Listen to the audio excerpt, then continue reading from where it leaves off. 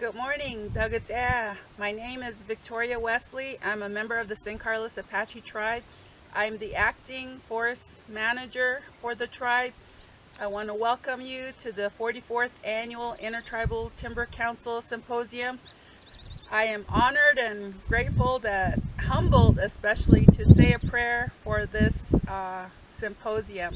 So if I was there in the conference room, I would ask you guys all to stand and face the east for our prayers this morning. Yusen nanafizgani na Gina Jedol Khan the Yutligai and Son and Shli the Niebika. Creator, we are all here to ask for your blessings to be bestowed on us. The Gene of Karanlte Dirawa Lenkaye Handare at the Henniskai ko United States be it. Beyer da waha beyerakti onkai. Tlechet not an aye. Look not a kunli. Zillion de naltenin de da wa tlenau zao be. Naitzereil Kasuank El Lenkai. The conchon was a COVID was a no chao anse. The past year na some biradiste. Many people were hurt, dear Lord, in their heart. They are heavy. And we want you to bless them, make them light, make them happy again. Dibuwan Kaila Hananyan de Naus caught you, Tunteli Hananyu. I biji hastula aranle, Stao nara kaila. Di no ni di ka peace an outlet. Bring peace to everyone, dear Lord, in all the earth, in all the world, even in areas where there is war occurring. We have lost many people, dear Lord. We want you to put your hand on the people who are grieving this day. The ITC was a Senkaye Nde Arate. Di don't wanna Sagin chat not already are you ye chit that you two that you knitting there. I be one nights that I cast out of this down nights that I cast out of it. Lord, we are trying to do the best we can in preparing to protect our land, or keeping our land good throughout Indian country, dear Lord. Put your hand on everyone and keep them in your heart. Bless the leaders, dear Lord, as they are on their way looking out for our people. Bikatan de no ta'ye. Stell natsere kasla. Di na jagasha ba. I wairan das you aida bjagasha. Nifichu nifichene. Dawan bikatan de ana. Di no kai hatzilawa. Di rawa ba. Stell bikatan de throughout the week, yeah. Intertribal Timber Council, yeah. Dawa Nkai, yeah. Everyone in attendance. Bikat danste. Stel se ana nefine. Stel anse. Stel na tere cast newa. Stel na jagasha ba. Narait inewa. Aye ana ujun se. Amen, amen, and amen. Hitch, God's for each. My dear, blessings on for you.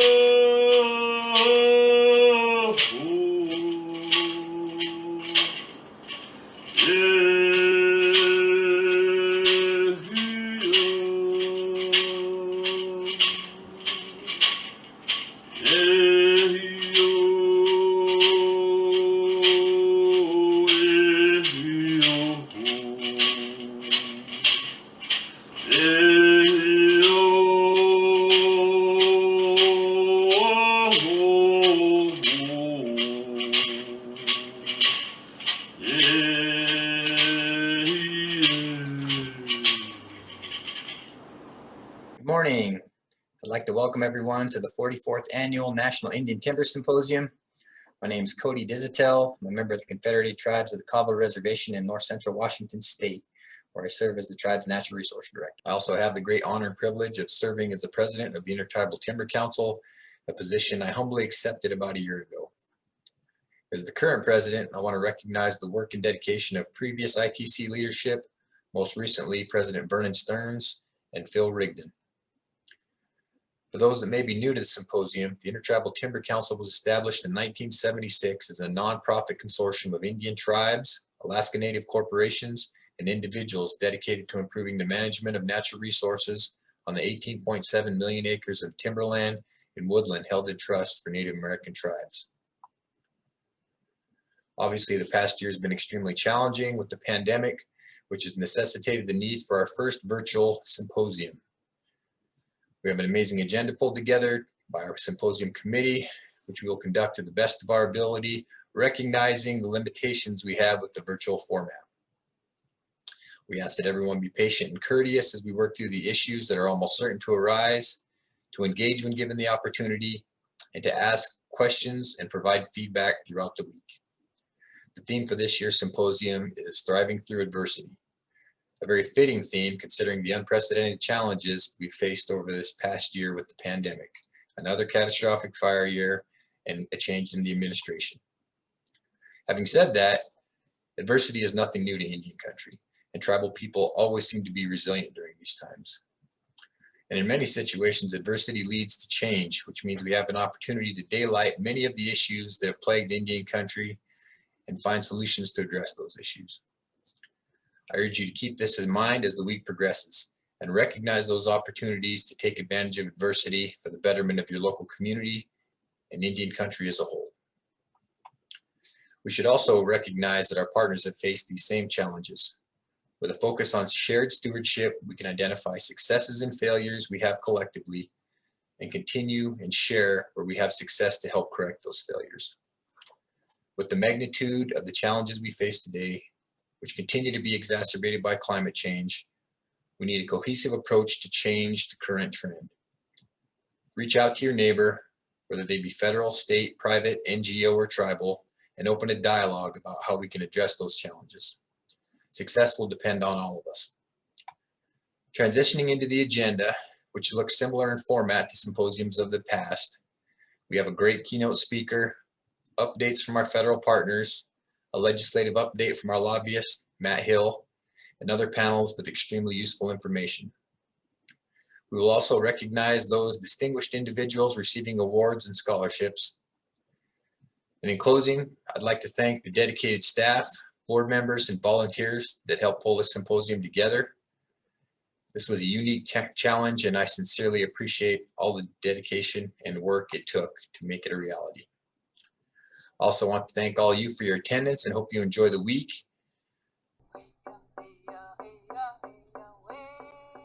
Hello, my name is Don Celestine, the Tribal Forestry Manager. I wish and pray that everyone are doing well. The Alabama-Coushatta Tribe of Texas has been a proud supporter of the Intertribal Timber Council for over 30 years. We appreciate ITC for being there for Indian country to share technical tools to improve our natural resources. I enjoy attending the symposium as I gain knowledge of new policies and especially going on tours to see what other Indian landowners are doing. I also enjoy trying their traditional foods. I wish everyone well and enjoy. Thank you.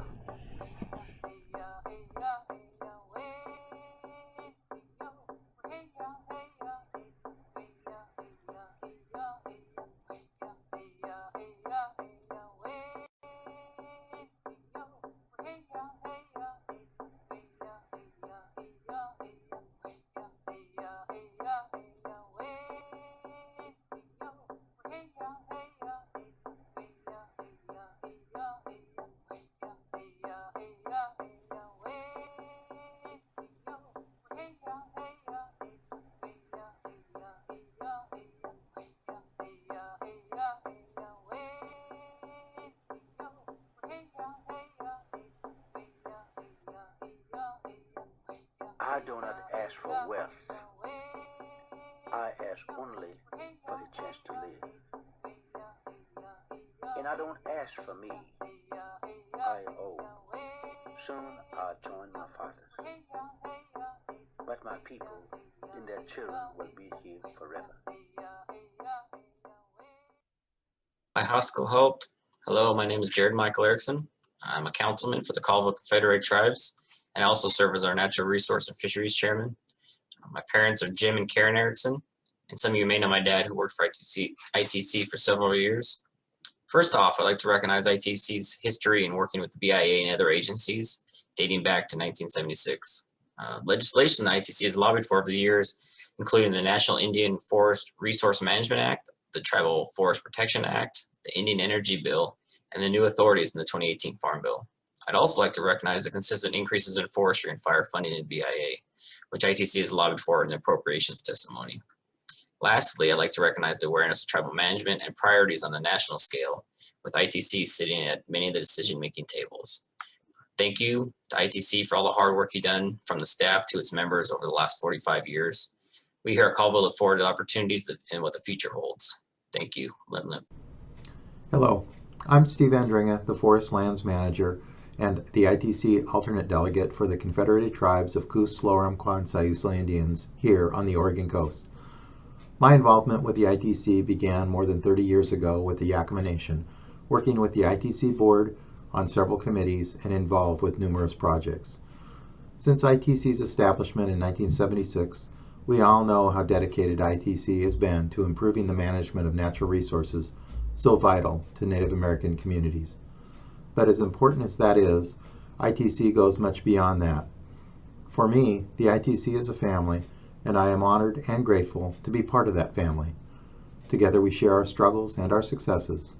Whether we are Native Americans or non-Native, we have that common bond of the ITC family, and through this family, I have been able to network, make connections, seek advice, discover mentors, and to me, the most meaningful of all, developing lasting, lifelong friendships. I want to thank the Intertribal Timber Council for the opportunity to speak to you today. The work of the ITC is so important to us here in the Pacific Northwest. Promoting sound economic management of Indian forests and improving natural resources management on tribal lands are crucial to our future. As policymakers become more aware of the benefits of tribal forest management, new opportunities will emerge to exercise our sovereignty. The Coquille Indian Tribe is proud to be taking the lead on one of these emerging opportunities. Last fall, we became the first tribe in the nation to receive federal approval of a forest management plan under the Indian Trust Asset Reform Act, ITERA for short. A big thank you to Darren Jarnigan, our Natural Resources Director, and our entire Natural Resources Department. You are an amazing team. This plan provides a new level of autonomy for managing our tribe's forest lands, the lands where our people have practiced successful stewardship for thousands of years. For the first time, an Indian tribe will complete a timber sale under the terms of an Indian Trust Asset Management Plan. Timber harvest will soon begin on the Coquille Tribe's 7th-generation timber sale. Our team is excited about this achievement through ITERA and the opportunity it presents for all tribes. With the support of entities like ITC, the Coquille Tribe is prepared to help lead the way into a new era of tribal land management. Hello, this is Richard Powski with the Hualapai Tribe. I am the Director of the Department of Natural Resources for the tribe and also a Hualapai Tribal Council member. I want to thank the Intertribal Timber Council for their involvement and the tribe's participation with the organization for over 30 years. We are a tribe located in northwestern Arizona along the Grand Canyon. We have over 1 million acres of reservation land and resources that we overlook. And I just want to thank the Indian Tribal Timber Council for all the work you provided and worked with the tribe in getting us to this place. Hello, I'm Councilman Blake Woodhamaji, and I would just like to thank ITC for the many years of membership. Thank you. Morning, I'm Melvin Hunter Jr. I'm the Hualapai Tribal Forest Manager, and I just want to thank you for the innovation at the symposiums, the networking, supporting tribes with legality matters, and more importantly, the 43rd Symposium. One of our tribal members is now at the University of Georgia working on his master's degree, so that network provided depth to our program. and really appreciate that, and for you looking out for Indian country and the interest for the future of our forest.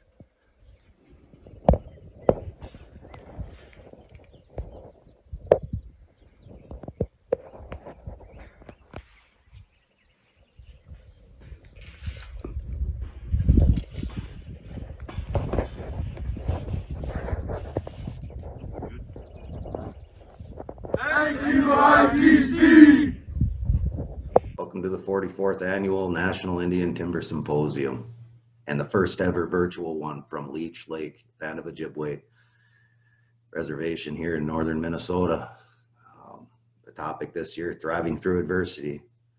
They're right, but it's a good topic. I mean, we've had a lot of adversity, not just with, you know, everything COVID that everybody's familiar with, but trying to change paradigms on why things happen in natural resources over here, dealing with multiple land agencies. It's been a very fun and interesting year. Hello, Onugwitu. My name is Guy Kapoman, the president of the Quinault Indian Nation. The Intertribal Timber Council means managing our resources as our ancestors have done for thousands of years. As we've been bestowed here to care for our lands as was intended by the Creator, the great giver of life. It means that we've always had a seat since the beginning of ITC. The great Joe Delacruz, the great Guy McMines, Gary Morishima all had a hand to play in that, the first seats of the Intertribal Timber Council, and you know, they were there to remind us that we have to be good managers of our land and our resources, to remind us of all the wrongs that have been done in the past by agencies trying to manage our resources for us, that they in fact didn't know what they were doing, but in fact we knew, tribal people knew what was best on how to manage our lands and our resources.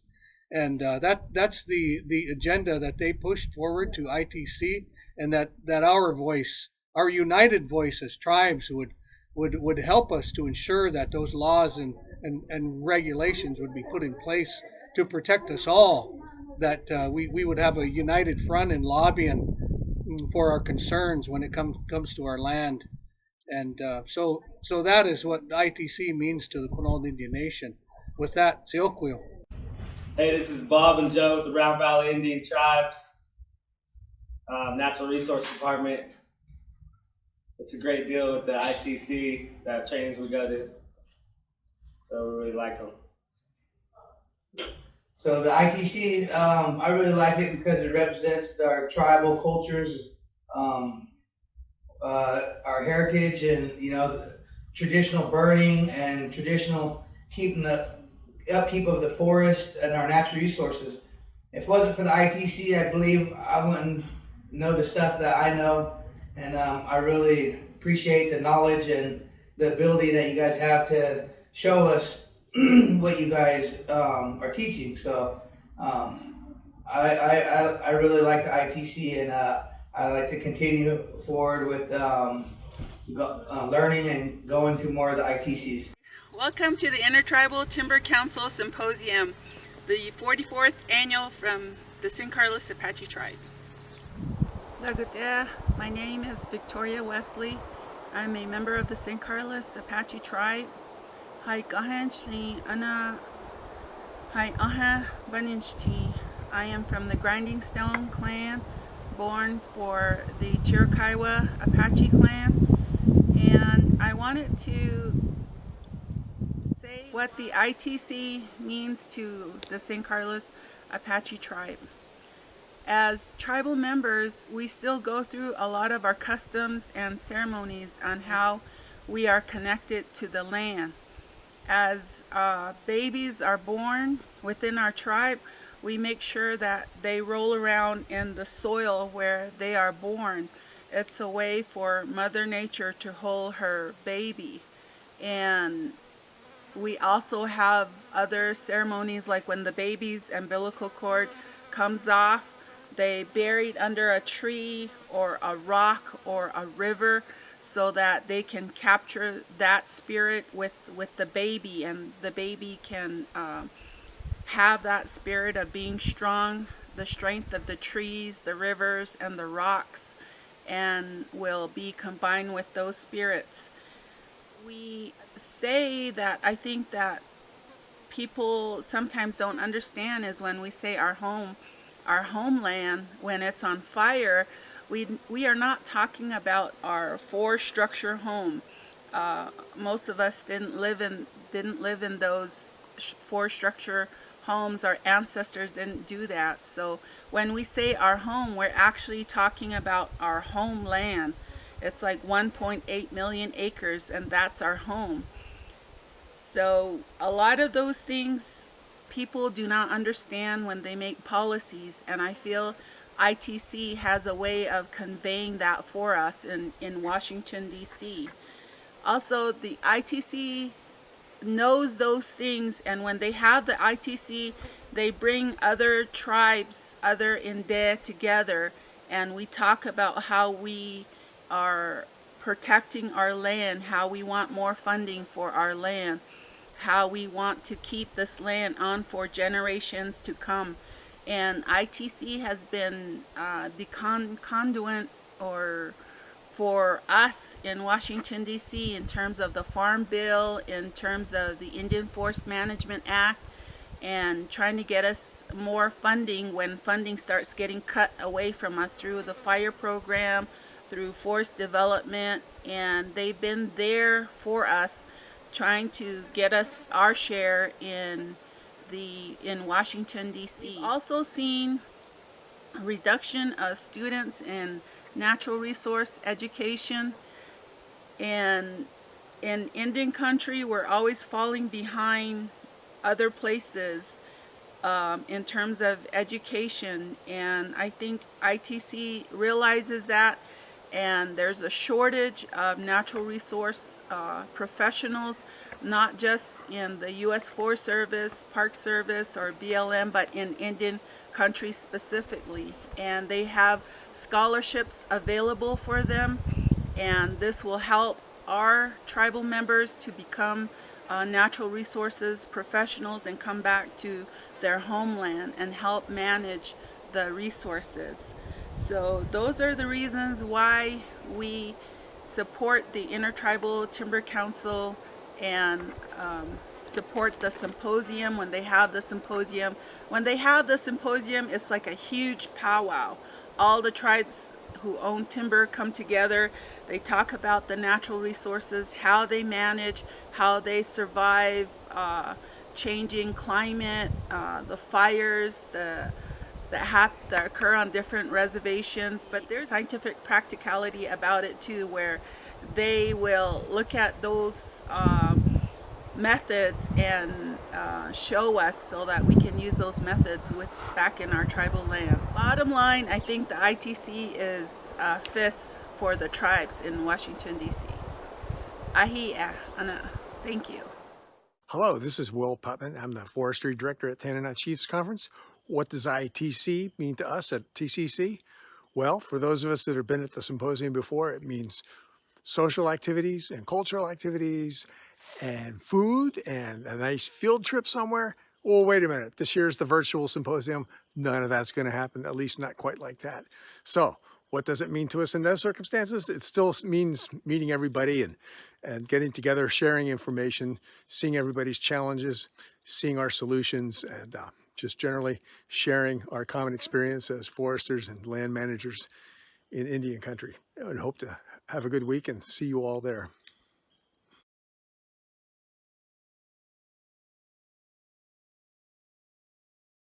Bonjour and denowe maganadok. Shabadas gegish kokwe nadeshnakas. Bodwe wad mi koyanda. Megazedo dem, minwamakodo dem. Shishibanyak nebendegwes. Syracuse, New York, Nadoch Bia. I am just a beginner in my language, but our teachers ask us to share that protocol greeting whenever we have an opportunity. And so what I've said to you is that my name is Coquille. I am a Potawatomi woman, member of the Bear Clan and also of the Eagles. I'm enrolled in the Citizen Potawatomi Nation in Shawnee, Oklahoma, and I live today near to Syracuse, New York. I am going to switch here and go to the shared screen so that we can invite our plant and animal and especially our tree relatives here to join us. Let me see if I can get that to work just right. There we go. I hope. All right. Another component of our traditional ways are that we always begin with gratitude. And so I'd have us together cast our minds back to this morning when our feet first touched Mother Earth, and to remember that we had everything that we need: a drink of water, food, companionship of one another, of our more than human relatives, and all of the gifts of the earth. I'm grateful that we are all here, whole and healthy, and able to meet together for this important work, even though we meet across the miles. I am speaking to you this evening or this morning or whenever this is from the ancestral and continuing territories of the Onondaga Nation, the central fire of the Haudenosaunee Confederacy. And I live just over the hill here from Onondaga. And with this acknowledgement, we remember the unpaid debt of land, of history, and gratitude for sharing of knowledge of how we care for the land and indeed how we might care for each other. I like to think that I am here with the leading citizens of Maple Nation, the sugar maples, who are our most numerous and certainly our most influential of citizens here. And more to say about those Maple Nation beings in just a little bit. I accepted your kind invitation to talk to the Intertribal Timber Council again because I have such respect for your work, for the educational outreach work that you do and advocacy for tribal forest lands. And I thought I might talk about restoration ecology or Indigenous environmental education. But then when I was asked to address your conference theme, striving through adversity, none of those other things seemed right. Striving through adversity, I thought, well, we've got plenty to choose from, don't we? From the pandemic, the economic crisis, the fractured political landscape, racial reckoning, as if the dual impending catastrophes of climate change and biodiversity loss weren't enough. Really, there was no other theme that you could choose. I'm reminded of the importance of thinking about asking our elders in these times of adversity, if you will, of stress and strain. And I wish I had a wise elder to guide me through these troubled times, and to remind us, as our elders do, that we have the resilience, we have the courage, we have the experience, we have the DNA to get through these times. And we remember that we are not alone. Because I was thinking of our teachings that remind us that we are surrounded by intelligences other than our own, that we can draw on their wisdom and guidance, that the land itself is a teacher. In the Potawatomi language, the word for knowledge and the word for teacher includes that root word for land as the teacher and holder of knowledge. And the plants are understood as our oldest of teachers. After all, who else knows how to make food out of sunlight, air, and water, and then give it away for free? Likewise, the medicine.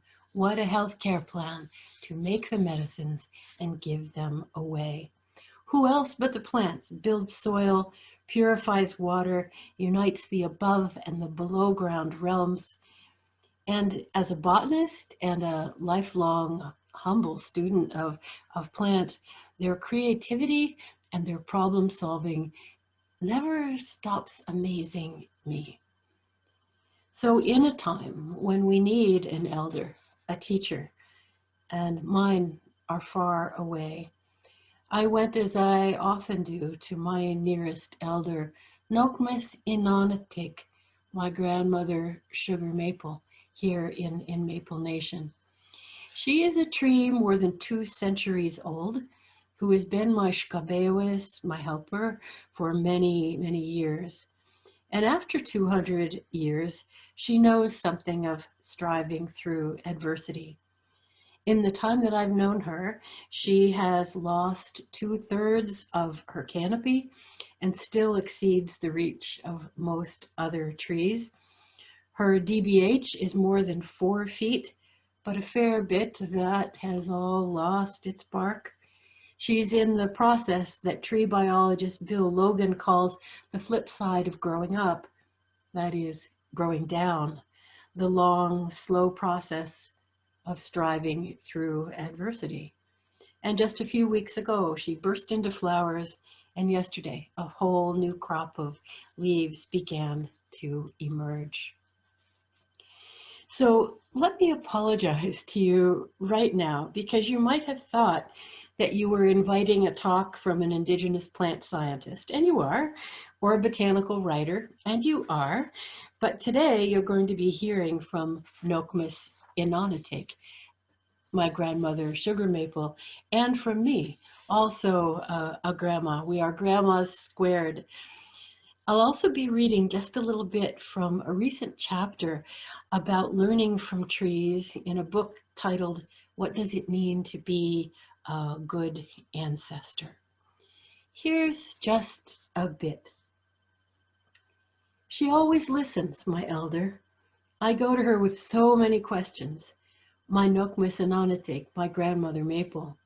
I'm a grandmother too, feeling the weight of a future in which the patterns of the natural world can no longer be relied upon, when so much we love is threatened, when I fear for my grandchildren and the grandchildren of warblers, bumblebees, and hemlocks. It's a comfort to consult with intelligences other than our own. She's seen more than 200 sugar seasons. Her bark is furrowed deeply and torn away on one side when the wind took a huge branch a few years back, revealing the dark, crumbly core of her future. But she's still here, steadfast in doing what she was meant to do, herself the ancestor of thousands. Who better to go to for counsel in these urgent times, on the edge of climate chaos and the age of the 6th extinction, to ask, what does it mean to be a good ancestor? I'm unlikely to tell you anything today that you don't already know, because you listen to elders too, and spend time in the company of trees learning from them. But we humans are told that we must remember to remember, and we help one another do that with our stories. What do the elder trees remind us that we might emulate as we strive through adversity? How do they do it? You know, this is the angel oak, said to be the oldest tree east of the Mississippi, and an oak in South Carolina. And this image for me reminds me of what we were asked to do this year, of shelter in place, to stay home in order to protect ourselves and others. And that is a challenge for we highly mobile animals who are used to moving through the world to meet our needs. Being rooted in place poses a great hardship for us that trees have long ago mastered. 400 years standing in one place. How do you thrive while staying home, standing in one place for your whole life, when you can't pursue food or travel about to find better conditions? Our tree relatives are masters of sheltering in place, And what does their example offer us in guidance if we listen? Let's play with those ideas together a bit as our teachers of how we go through uncertainty and adversity. When I asked this question of myself at the foot of my grandmother maple, the buds, as I said, were just breaking out. And I got to thinking about how trees are organized with buds. How does this contribute to the way that they strive through hard times? We humans and very few other animals have this remarkable bud body plan where each bud is a repeated subunit of our body. Any one tree is actually a collection of many potential trees, isn't it? Each in protective packaging throughout the body, the buds. It is an ingenious plan for taking advantage of abundance and for dealing with adversity. Because when tough time comes, there are many options, many directions, choices to grow or to not. A tree has thousands and thousands of buds so that the risks and benefits of the time are distributed. They also provide redundancy. They have security in their backup plans of buds, contingency plans, since every single bud has the capacity to contribute to the whole, but is also somewhat independent and can respond to local circumstances very flexibly.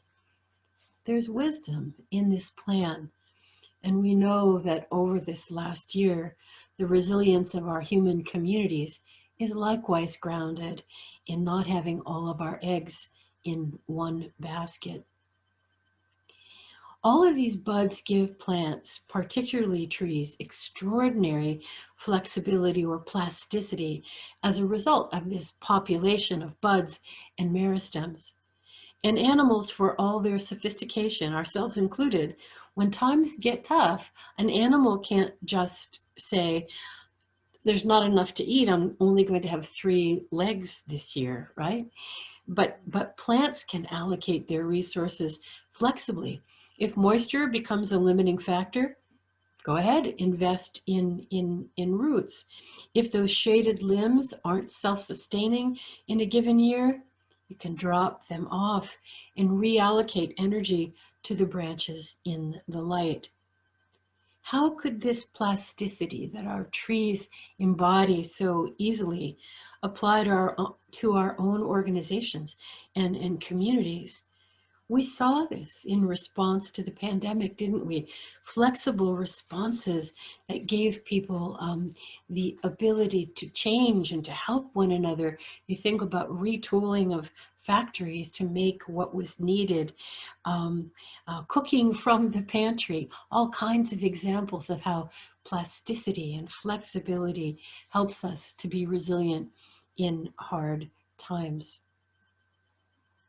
One of the chief lessons that trees also hold for us as mobile animals, always moving here and there, is that if you're going to stand in one place for centuries and make a good home for your next generation, you can't run away to greener pastures or escape approaching harm.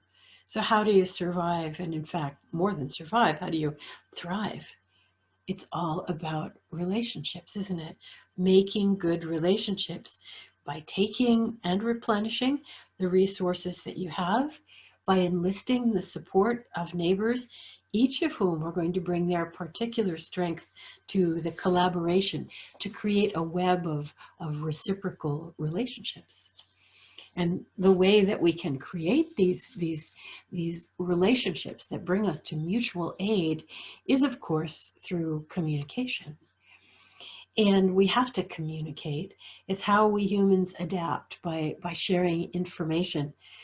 After all, think about how we've been glued to the news, to our phones, to any way to find out what is happening and what might lie ahead. Communicate in order to plan and create relationships.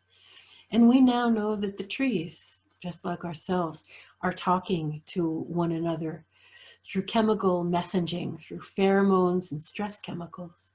in the air and underground. And one of the things they talk a lot about is warning of dangers, of disease, like the trees that when they're under insect attack, send out a warning to their neighbors. Turn on the defensive chemicals, make those feeding deterrents in your leaves because the caterpillars are coming. The communication enables preparation for defense that can begin in time and lessen the outbreak through collective action. Doesn't that sound familiar to what we are experiencing and how we too adapt? They don't go it alone. They share information and they respond in a unified way, in solidarity, because we know that no one is safe unless everyone is safe. Mycorrhizal networks and the communication in trees is mostly below ground. In the mycorrhizal networks, where not only is information shared in the so-called wood wide web, but resources as well, energy, carbon, and minerals. And this strategy of connecting all the individuals in the forest so that there is no I, but only a great green we, is also a means of dealing with stress, uncertainty, and adversity. And of course, we know that through this web, they're not only communicating, they are sharing what you have. Generosity and reallocation to one another's well-being is a strategy for resilience and dealing with stress. And tree physiology research shows that in stress periods, trees that have big carbon reserves are known to share with others who don't, who are deficient, with through mycorrhizae, through root grafts, and through underground networks. The trees with carbon reserves send some of that energy to those who don't have them, keeping them going. And of course, we have to ask why this apparent altruism, because it doesn't necessarily benefit the individual. But that's the point. It's the community that matters. All thrive when the community is healthy, because the health of one is inseparable from the health of the community. Didn't we learn that ourselves this year? This notion of sharing everything that you have requires our rethinking of what's going on in the forest, from models dominated by competition to those dominated by cooperation. Mycorrhizae, of course, are a prime example of how symbiosis increases the well-being of all the members of the forest. And yet our economic models are mostly based on competition for scarce resources, rather than the sharing of abundance, whatever abundance there is. And biologists have long held the idea that competition is the dominant force shaping natural communities, but that is giving way with new research to the understanding that cooperation plays just as big a role. Probably one of my favorite examples of this comes from studies of the lichen symbiosis, in which algae and fungi live together, as you know, as one being. And in lab experiments where they were trying to understand the source of this collaboration and what are the factors that influence two very different partners, algae and fungus, to get together, they found that when conditions were good, when there were plenty of nutrients and energy, the fungus and the alga stayed separate. They weren't particularly interested in partnership, but when stress and adversity occurred, the two began to cooperate because their lives depended on it. And we have seen examples of this in abundance over the last year, of our tremendous shared stress and the kinds of collaborations and mutualisms that arose. The lichen story reminds us that through collaboration, through cooperation, the carrying capacity of any landscape is increased. How else do our trees address uncertainty and environmental stress? I'm sure that all of you have seen this many times in your forests, that during times of stress, there's often a pulse in flowering, both in conifers and in hardwoods, and the air is just full of pollen. And there's an evolutionary imperative that when continuity is threatened, when it's uncertain whether things will continue as they have been in the past, the imperative is to mix up the genes, recombine the DNA, because the potential for flourishing may rest on making new gene combinations. The metaphor for us, of course, is not to go out and mix up our genes, but rather to mix up new ways of problem solving, embracing cultural diversity, idea diversity, intellectual diversity as a source of adaptation to changing circumstances. New ideas, new people, new ways of doing things help us strive through adversity and advance social justice. We also have to remember that this has been an exhausting time, depleting many of our resources. Dealing with all of these stresses layered on top of one another has been extraordinarily difficult. And so the trees, for me, also remind us that there are times when we just have to conserve our energy, pull back, draw in, care for oneself and those close to you, use and replenish the reserves. And tree rings tell this, oh yeah, sorry, I put in my grandmother sugar maple here again too, to remind us that the periods of rest are essential, not only for the individual beings, but for the communities of which we are a part. So a strategy that the trees remind us of, that I don't know about you, but I always need reminding of, is to rest and replenish. And of course, the trees write this story of resting in their tree rings, don't they? There are times when you can grow fast, when times of abundance, right? And then there are times when you don't. Thin rings, right? You maintain yourself. It's not a time for growing and flourishing. It's a time for drawing in, preserving what you have, so that when flush times return, you're still there to take advantage. Striving through adversity requires thinking like a tree, both in adaptability, plasticity, diversity, resilience, restoration, and taking the long view. Trees are masters of the long game, aren't they? Truly 7 generations thinking, and we can emulate them in this. One thing that this time of adversity has reminded us of is the medicine that we need for hard times. And one of those medicines is making beauty, whether you're a human or whether you're a tree. It's good medicine to make beauty, second perhaps only to the good medicine of laughter, sharing laughter, which we have needed so much over these last months. Trees also help us remember that adversity can also create opportunities for regeneration. When gaps open up and the sunlight streams in, reminding us that in the face of loss, there are always opportunities to create something new and respond to the moment. Taking advantage of regeneration opportunities requires that we care for the seeds so that they will be there as a source of resilience. Those seeds, not only of our trees, but the metaphorical seeds of our communities.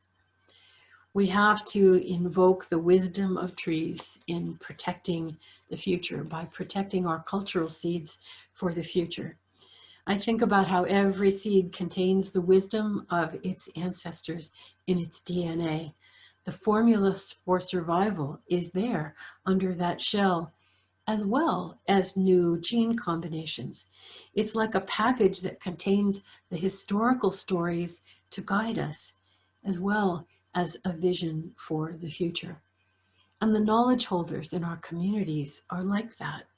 When we protect and cultivate traditional knowledge and language, we're creating a seed bank for the future of our communities, the way that trees do, as a bank for resilience. Inescapably, we see these trees mirroring some of our own cherished teachings and behaviors. These lessons of how we might strive through adversity are taught by our elder trees, just as they are taught by human elders. Why do these leaders, both human and arboreal, speak with this one voice? Because these are the practices of old growth cultures. They're the practices that support survival, not only striving, be it a community of trees or a community of humans. And in fact, my grandmother Inanatig reminds me that the same word for the sugar maple is the man tree, reminding us of these parallels between the ways of humans and the ways of the trees. What we're sharing here are teachings of our old growth indigenous cultures. They are also the teachings of old growth forests. The trees who practice these behaviors that we're talking about of sharing and communication, for example, not all the trees are equally gifted in this way. It's the old growth trees who do it best. It's the old growth that shares the carbon with their young relatives. The old growth who are fully networked, who are a source of shared nutrients, who invest in the young and helps them along to get up to the light. It's the old growth trees that hold the generosity and the vision of future in the forest as well as in our human communities. And we would be wise to pay attention to the vanishing old growth, to treat them like the elders that they are. And I was just reading about the new science that shows what the elder trees, the old growth, does when they find themselves waning at the end of their lives, like my Inanatig Nokmis. Radio-labeled carbon studies show that the elder trees are giving their carbon reserves to support the regeneration and maintenance of the whole community. It's a giveaway of energy directed at their own offspring, grandmother trees passing on an inheritance to their grandchildren. Protecting our young with the gifts of the elders requires that we listen to those elders, that we keep them safe. In times of hardship and uncertainty, have us concerned for the future of our children. And we know that every one of us would do everything we can to keep them safe, which means protecting the world they are coming into, addressing climate change and its urgency with the same urgency as if our house was on fire and our children inside, because essentially they are. And our forests, with their climate regulating functions, are an essential part of protecting the future of our families. As foresters and land managers, as gardeners, if we safeguard biodiversity, nurture community and traditional knowledge, and save the seeds for future resilience, all of that relies on there being some place for them to grow, be they tree seedlings or our own descendants. We have to build good soil in order to prepare the way for them. As future ancestors, this must be our legacy. And here's, in closing, what my Nokmis Ananatik had to say about this. What does it mean to be a good ancestor? When I settled into her leafy lap, she put her arm around me and gave me her answer. I saw it in the medicines, plentiful beneath her open-armed canopy, and in the cushions of moss that upholster her branches, and in the red-backed salamanders wiggling in the hollow of her roots. I read it in the crowds of maple seedlings around her. To be a good ancestor, you have to build good soil. And she should know, because building good soil is what maples do. They're well known for the moist fertility they create where their leaves come to rest. Imagine the tons of leaves that each fall blanket the forest floor in yellow, orange, and scarlet. And before leaves let go from the twig and swirl to the ground, they have a choice of what to do with all the summer's goodness that they have accumulated. Use it or lose it. The leaves can send their nutrients and sugars back into the parent tree, retranslocation, to be used again next year, or they can keep it in the leaf and just let it fall to the ground. Trees like oaks and beeches retranslocate nutrients so that the dry brown leaves that they drop are just skeletons. They rattle like dry bones on the forest floor, and it takes a long time for them to decompose because they're simply not very tasty. They're a bit stingy. But maples make a different choice. They keep nothing back for themselves and drop leaves, which are a feast for the soil citizens, who quickly turn them to humus, which feeds beetles and salamanders and trillium and baby maples. I want to be that kind of ancestor, giving it all away for the future. Grandmother Maple, my teacher. Eventually, gravity and fungi and one last tap by a woodpecker will bring you down. And then you'll be firewood to warm this grandmother, rocking her grandchild in front of the wood stove and telling him of his ancestors whose stories lie just below our feet, remembering so that they can continue to nourish us. In becoming ancestors, we honor our obligation to the ones who will follow, the ones who will carry our story into the future. We build good soil so that they can continue. For them, I want there always to be thrushes and strawberries and glaciers. But as an ancestor, I feel a responsibility not only to descendants, but to the ones I'll call ascendants, the ones who will rise above us, the ones not yet dreamed into existence, they who will surpass our ways of being because the earth has changed. Maybe they'll build good soil out of plastic or blossom in the ozone. I don't know what they'll be like, what hardships will shape them, what beauty will lift them up, what lessons they will learn. But I know one thing. Our ascendants will need in order to ascend. Whatever the nature of their world, they will need to know how to love it better than we have loved ours. Biodiversity is the imagination of the earth. It propels the emergence, the evolution of the future. Building good soil means preserving a world rich enough in biodiversity that it can imagine itself anew. Look at this ragged and, this way. Look at this ragged and resistant old maple, hit by lightning, heart rot, and time, and you know that one thing is true. The world is constantly in flux.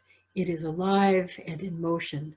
We cannot know what lies ahead, especially in times of accelerating climate change as we hurtle toward a new world. So what matters most is the potential for regeneration. Building good soil enables resilience in the face of adversity, buffering against shortage and stress so that life force can go into something more than survival, into becoming. It is our work of ancestors and ancestors to be to support the becoming of what we cannot even imagine, but trust will arise. Building good soil means preserving room for possibility, for a world open to creation again and again and again. Mi'u, miigwech, thank you for listening.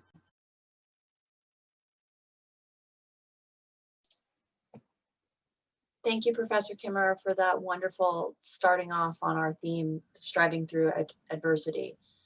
We're going to open up now for questions and answers from our participants. And as a reminder, you have a few different ways to participate. You can ask your questions in the Q&A box at the bottom. You can raise your hand and we can open up your mic, or you can send your questions in the chat. While folks are lining up those questions and comments, was there anything you wanted to add, Professor Kimmerer? No, except for gratitude for the opportunity to talk with you all. I think fondly of the times that I had the pleasure of being in community at ITC meetings, and just listening to everybody's voices at the beginning brought that sense of community back, and that sense of respect and affection that everyone has for each other. And I was so glad to listen to those remarks at the beginning, because in a way, almost everybody said something about the way that ITC is valuable to them that was just reflected in you know, the teachings that I was trying to share. So it felt pretty harmonious between the words of the community and the thinking from my elder trees. Excellent. Definitely starting in a good place today. I'm just checking if folks have any concerns or issues with opening up their mics or questions, or maybe we all just feel well-grounded to start the rest of our day.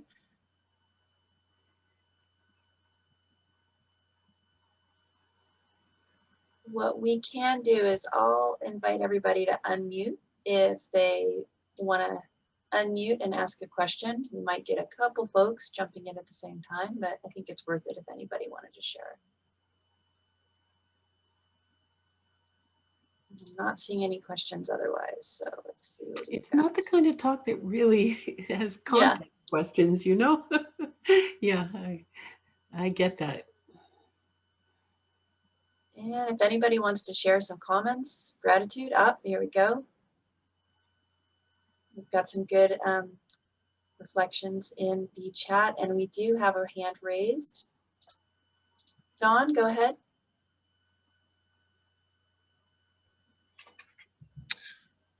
Katsiao, thank you, Robin. I have one question. I'm wondering, over the past 5 years or maybe this year, I've received like an increase of requests to make presentations about traditional knowledge and messages like you're giving, and I've wondered if you've received more. I'm sure you're in demand, but I'm just wondering if you're seeing more about the last 5 years versus, 10 years ago. So, but great presentation. Always appreciate hearing your words. Yeah, thank you. And inherent in your question is something that I'm finding very hopeful, because I agree with you. There is such growing recognition that models of sustainability and forward thinking are happening in Indian country. There's a recognition that Western science, while very powerful, is not the only way of informing our land management and the way that we live. So it's it is, to me, really hopeful. It feels like there is a much greater willingness to listen, and in some cases to not only listen but to adopt and try to think about organizing our land management around traditional principles. And to me, that's really hopeful that we are at an inflection point on the curve of thinking, and that is a testament to the work that you all do, to the work that our communities do, and other organizations. So thank you for that observation. We have some lovely comments in the chat. Thank yous for sharing good medicine and welcoming that folks feel. I did see a hand raised. Stephanie, did you want to open up and just share some words on your mic? I'll open up your mic if you want to. Others are encouraged as well. There we go. Dagote, Dr. Kimmerer, Ahia, thank you so much for your presentation. I have a general question. I'm just wondering, what are some of your favorite books or writings that inspire you? What a good question. There's probably too many to count. Trying to think of probably one of the best ones. You know, I guess I could cite lots of plant science thinking, but one of the writers that really inspires me is Louise Erdrich's wonderful storytelling from Anishinaabe perspectives that sort of seamlessly weave teachings into the conflicts and the that we face as human people and as Indigenous peoples. And so I really admire the way that she's able to blend story and tradition in a way that amazes me.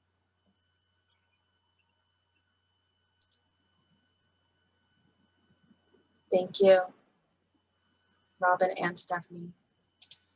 And we have a question from Zachary Erickson.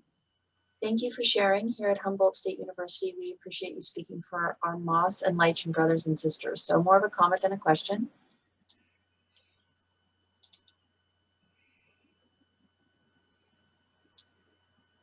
And I think I mispronounced lichen, but that's okay, hopefully.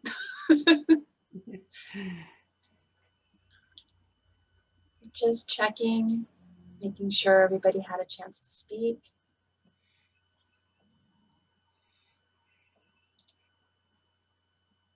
Well, and as I said, no worries if there aren't questions. If it just provides a resting place for our thoughts before we begin the work, then that's a good thing. So I wish you all a productive meeting and the creation of community, even as we are in little Zoom boxes. So chi miigwech for the opportunity to be with you. Bamapi.